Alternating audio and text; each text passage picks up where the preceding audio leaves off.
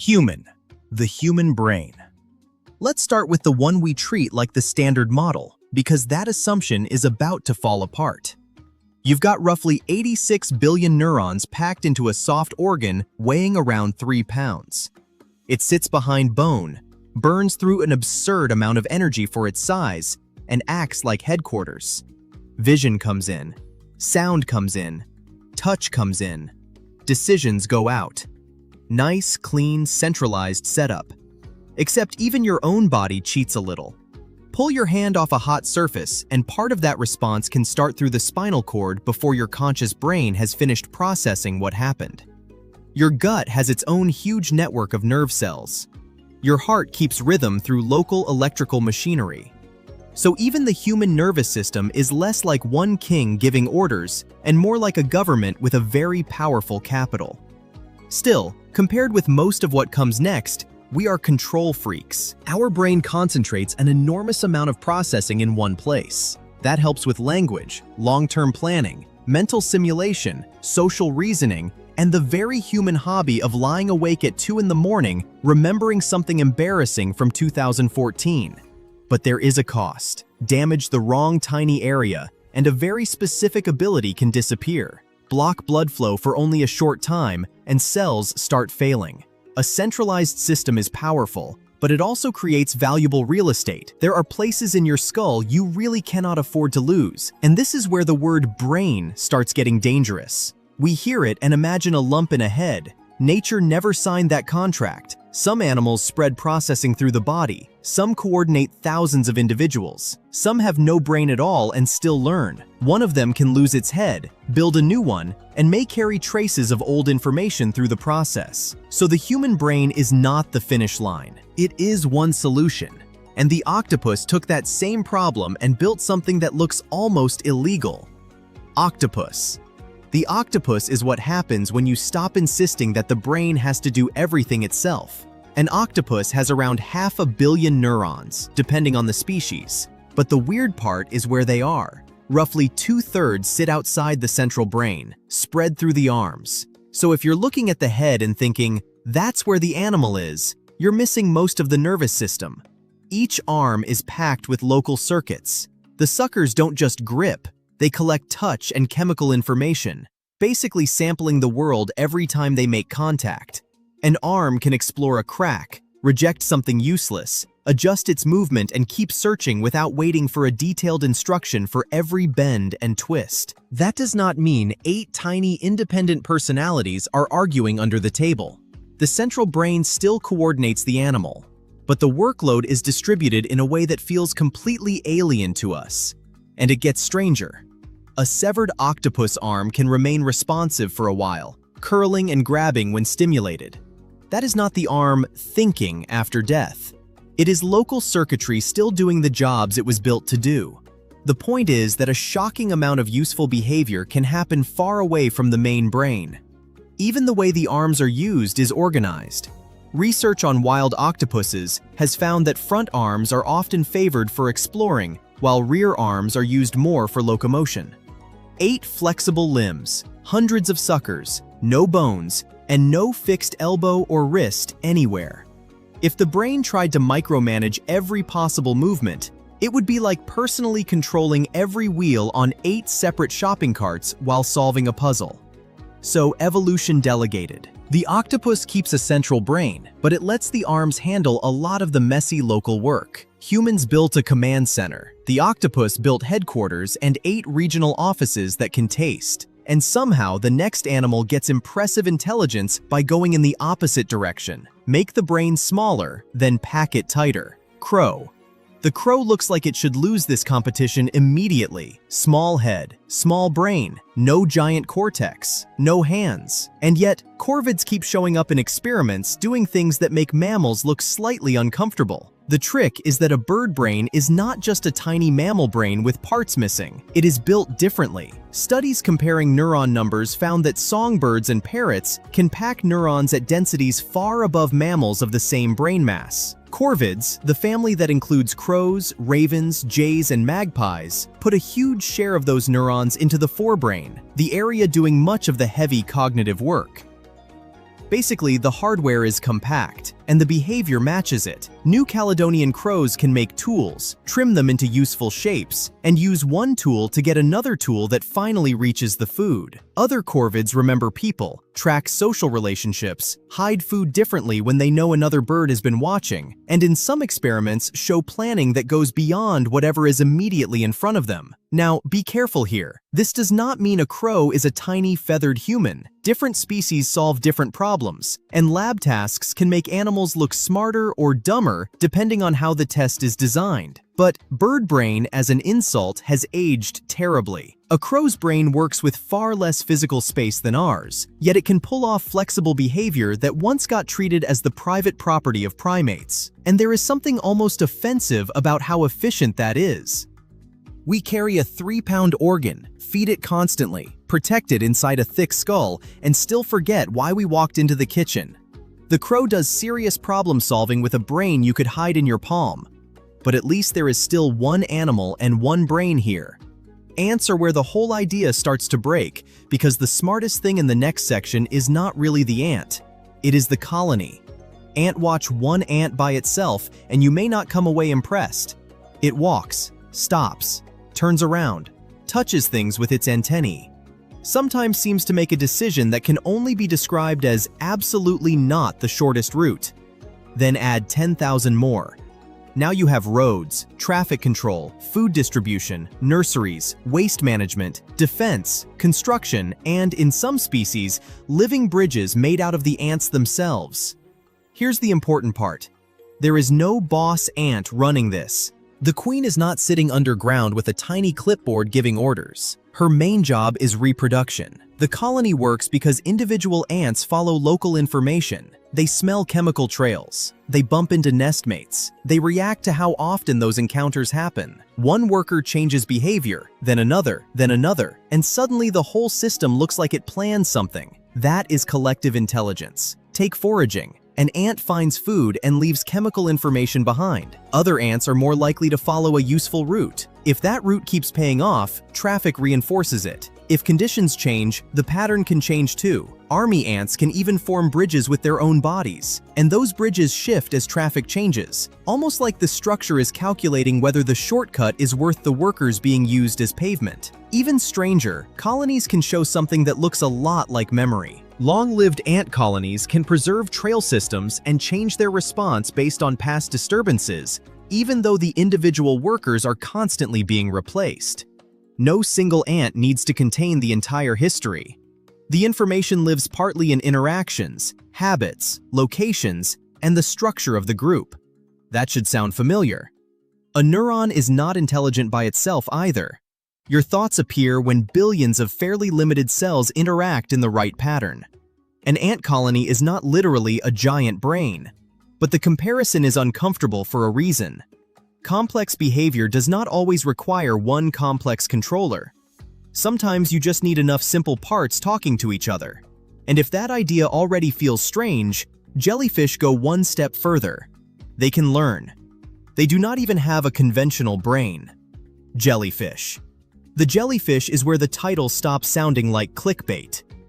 No skull, no cortex, no central brain sitting anywhere inside that transparent body. For many jellyfish, the nervous system is spread through nerve nets and sensory structures that coordinate swimming, feeding, and reactions to the world. For a long time, that made them easy to dismiss. Simple animal, simple wiring, case closed. Then researchers trained one. In 2023, scientists working with the tiny Caribbean box jellyfish, Tripidalia cystiphora, tested how it avoids mangrove roots. In the wild, that matters. Slam into the wrong route all day and being brainless is going to become the least of your problems. The researchers changed the visual conditions so the jellyfish had trouble judging distance. At first, they bumped into obstacles. After experience combining the visual cue with the physical collision, they started avoiding the obstacles earlier. That is associative learning, not philosophy, not algebra. Nobody is giving the jellyfish a chess rating.